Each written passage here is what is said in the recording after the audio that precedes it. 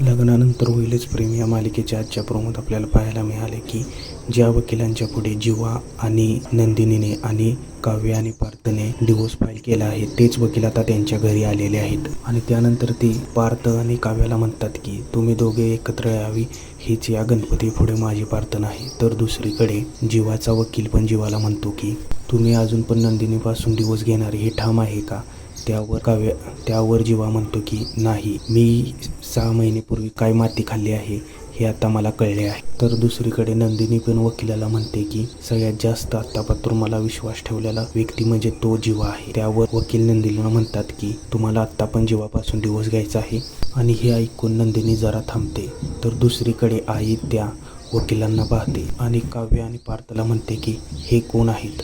त्यावर ते दोघे थोडे शॉक होतात आणि ते वकील म्हणतात मी सांगू का मी कोण आहे ते. तर बघूया आता उद्याच्या एपिसोडमध्ये काय होते. तुम्हाला काय वाटते मला कमेंटमध्ये नक्की सांगा आणि सबस्क्राईब करा आपल्या ह्या नवीन चॅनेलला.